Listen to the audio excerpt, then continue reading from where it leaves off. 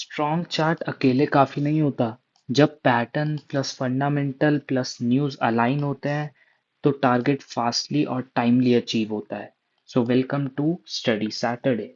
सो आज मैं बताऊंगा कि जब एक बहुत ही अच्छा पैटर्न बन रहा हो और ब्रेकआउट के बहुत ही पास हो तो फिर हमें साथ साथ उसके फंडामेंटल्स भी स्टडी करने चाहिए और साथ में देखना चाहिए क्या कोई न्यूज़ तो नहीं आ रही या फिर साथ में क्या कोई इंडेक्स का चार्ट ऐसा कुछ कोई सपोर्ट तो नहीं दे रहा जिससे हमारा जो ब्रेकआउट है उसकी कंफर्मेशन मिले, उसके बाद हमें बहुत ही अच्छे अपमूव के चांसेस मिले।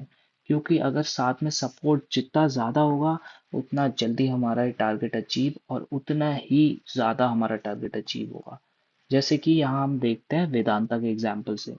तो वेदांता में यहाँ हम देख सकते हैं कि काफ़ी अच्छा फ्लैग पैटर्न बन रहा है। यहाँ मैं आपको फ्लैग पैटर्न बनाना नहीं सिखाऊंगा, यहाँ पे एजेंडा अलग है। यहाँ मैं आपको फंडामेंटल्स कैसे देखना है और न्यूज़ किस तरह से पता करनी है वो बताऊंगा। तो यहाँ फ्लैग पैटर्न हमने देखा। उसके बाद यहाँ पे एक ब्रेकआउट कैंडल आई थी। ब्रेकआउट कैंडल की कंफर्मेशन आपको मैंने बहुत वीडियोस में बताए हैं। उसके बाद ये जो इतना अच्छा मूव आया इसके रीजन देखते हैं। एक तो वेदांता जो है उसके फंडामेंटल्स। फंडामेंटल्स में हमें क्या क्या देखना चाहिए, एक तो मीडियन पी।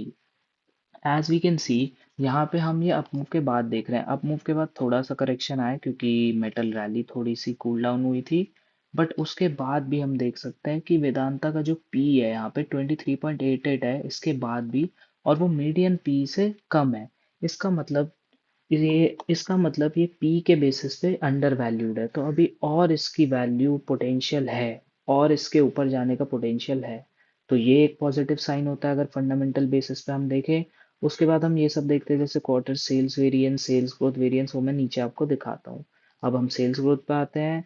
यहाँ पे क्वार्टर का है ईयर ऑन ईयर, जैसे दिसंबर 2025 को दिसंबर 2024 से कंपेयर करें तो देखिए 36% की ग्रोथ है 17,000 से 23,000, which is a very positive thing. अगर हमारा क्वार्टरली ग्रोथ ऐसी पॉजिटिव आती है तो फिर हमें इतना अच्छा मूव भी मिलता है। तो ये चीज़ें कॉम्प्लीमेंट करती है एक अच्छे चार्ट पैटर्न को। उसके बाद हम साथ साथ देखते हैं कि नेट प्रॉफिट, क्या नेट प्रॉफिट में भी ऐसी ग्रोथ है। यहाँ पे स्क्रीनर के थ्रू हम ये देख सकते हैं कि year on year profit growth भी 96% के अराउंड है। क्योंकि इतनी अच्छी प्रॉफिट ग्रोथ आई और उससे पहले नहीं थी इतनी अच्छी। एकदम से 96% year on year profit net profit growth आई, उसकी वजह से हमें ये अपमूव दिखा। उसके बाद हम देखते हैं बाकी क्या क्या है। ईयर ऑन ईयर, अब हम आ गए ईयर ऑन ईयर सेल्स पे। सेल्स ग्रोथ बीच में थोड़ी सी नेगेटिव गई थी लेकिन वापस से अभी सिंगल डिजिट है बट पॉजिटिव है, which is a good thing. Negative से पॉजिटिव आई है। उसके बाद हम नेट प्रॉफिट भी इसी तरह से देखेंगे। नेट प्रॉफिट की एक तो प्रॉफिट ग्रोथ देखेंगे, परसेंटेज देखिए 276% है। इसका मतलब नेट प्रॉफिट 7,000 से 20,000 हुआ है। अगर इतना अच्छा जंप मिलता है तो फिर स्टॉक में काफी अच्छा मूव आता है। देखिए यहाँ से स्टॉक यहाँ पहुंचा सीधा। मैं आपको दिखा देता हूँ। अगर हम यहाँ से भी देखें तो ये अराउंड 92% का गेन है। बट हम पैटर्न के बेसिस पे ही चलेंगे जब तक हमारा पैटर्न कंफर्म नहीं करेगा। उसके बाद ही हम फंडामेंटल्स भी देखेंगे। यहाँ पे हमने फंडामेंटल्स देखना शुरू किया तो फिर हमें दिखा कि कितने पॉजिटिव है। Balance sheet and all skip करते हैं। उसके बाद शेयर होल्डिंग पैटर्न देखें। शेयर होल्डिंग पैटर्न में बिल्कुल प्रमोटर्स कम हुआ है, यहाँ हम देख सकते हैं। लेकिन एफ आई आईज देखिए 7.89 से 12.15 हुआ है। एफ आई आईज और डी आई आईज भी 10.2 से 15 हुए हैं। एफ आई आईज और डी आई आईज कितने अच्छी तरह से इंक्रीज हुए हैं। पब्लिक भी थोड़ा इंक्रीज हुई है। बट हम देख सकते हैं स्ट्रॉन्ग हैंड्स काफी ज्यादा है क्वांटिटी में। अगर हम देखें परसेंटेज वाइज तो स्ट्रॉन्ग हैंड्स 84% के अराउंड है। अगर 80% अब यहाँ हमारे स्ट्रॉन्ग हैंड्स है इसका मतलब it is a very good thing. तो हमने देखा कि फंडामेंटल्स के बेसिस पे हम किस तरह से देख सकते हैं कि वो हमारे पैटर्न को कॉम्प्लीमेंट करे। सबसे मेन चीज़ तो हमारे लिए पी होता है। देखते हैं हम मीडियन पी से क्या वो कम है या ज़्यादा है। अगर कम है तो इसका मतलब अभी पोटेंशियल है अच्छे अप मूव का। उसके बाद हम सेल्स देखते हैं क्योंकि अगर बिजनेस अच्छा चल रहा है तभी वो आगे बढ़ पाएगा। सेल्स हमने देखी। उसके बाद हम शेयर होल्डिंग पैटर्न भी देखते हैं, उससे पता चलता है कि क्या स्ट्रॉन्ग हैंड्स इंटरेस्टेड भी है। मान लो कि सेल्स बढ़ रही है बट स्ट्रॉन्ग हैंड्स अभी इंटरेस्टेड ही नहीं है, इसका मतलब शेयर अभी ऊपर नहीं जा पाएगा क्योंकि स्ट्रॉन्ग हैंड्स उस पर बेट नहीं कर रहे हैं।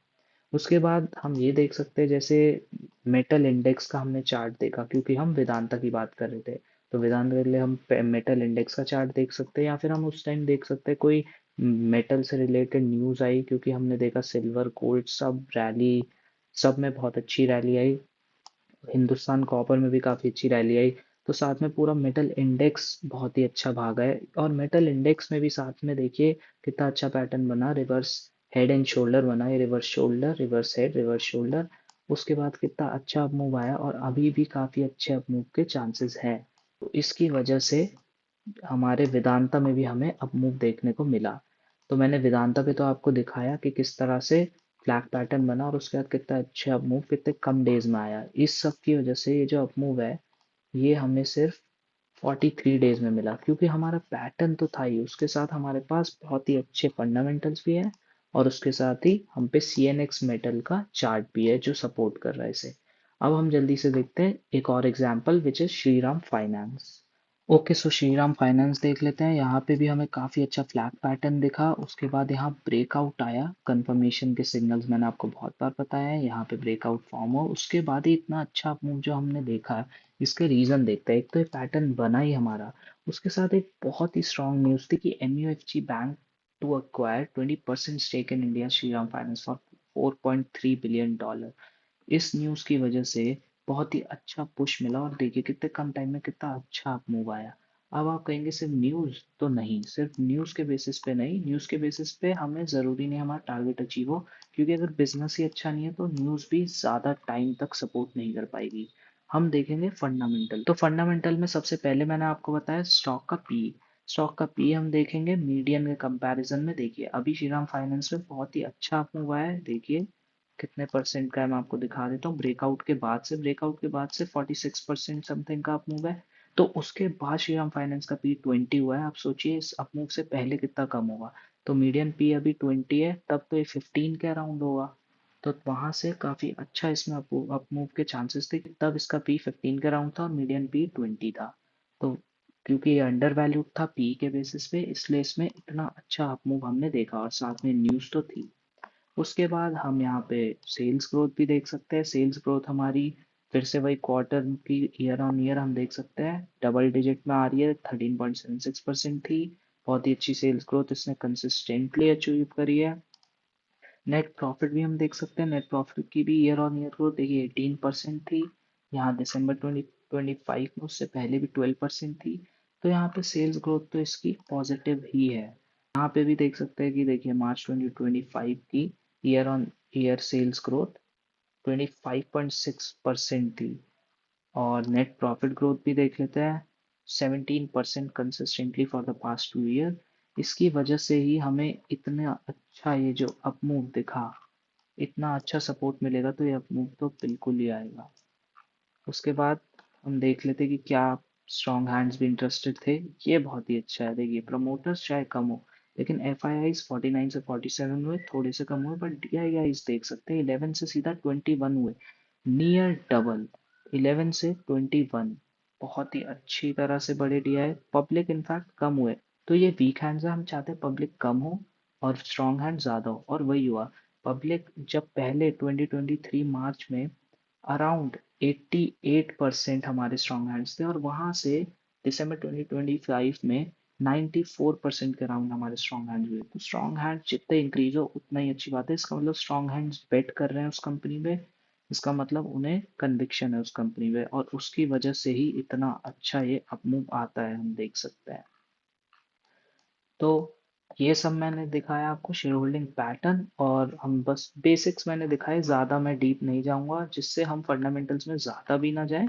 बट इतना देख ले कि क्या उसका बिजनेस अच्छा चल रहा है, उसके लिए मैंने आपको सेल्स दिखाई, नेट प्रॉफिट दिखाई, फिर मैंने क्वार्टरली रिजल्ट्स में भी आपको दिखाया सेल्स एंड नेट प्रॉफिट।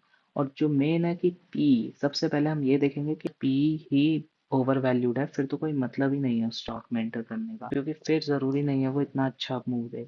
और उसके साथ एक काफ़ी अच्छी न्यूज़ भी होनी चाहिए, जिससे बहुत ही अच्छा सपोर्ट मिले स्टॉक को।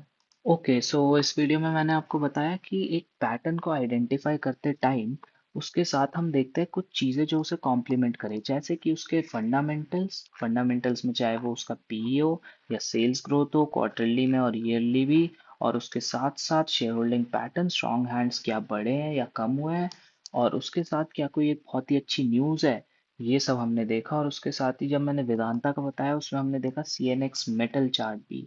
ऐसी अगर कोई ऑटो कंपनी है तो फिर हम निफ्टी ऑटो देखेंगे, आईटी की है तो आईटी का देखेंगे चार्ट, जिससे हमें पता चले कि क्या पूरे सेक्टर में एक अप मूव आने के चांसेस है, उससे ही हमारी कंपनी को भी सपोर्ट मिलेगा।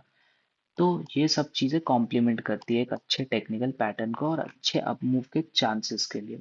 तो इन दी एंड मैं यही बोलूँगा, ये सब स्टडी पर्पस के लिए था, यहाँ पे रिकमेंडेशन के लिए नहीं था। और यहाँ से सीखे, और आप भी अपनी रिसर्च के टाइम ये सब देखें, fundamentals and news and sector के चार्ट, जिससे आप भी जब इन्वेस्ट करें तो आपको भी इतना अच्छा मूव मिले। तो that was all for study Saturday. मिलते हैं next week. Thank you very much.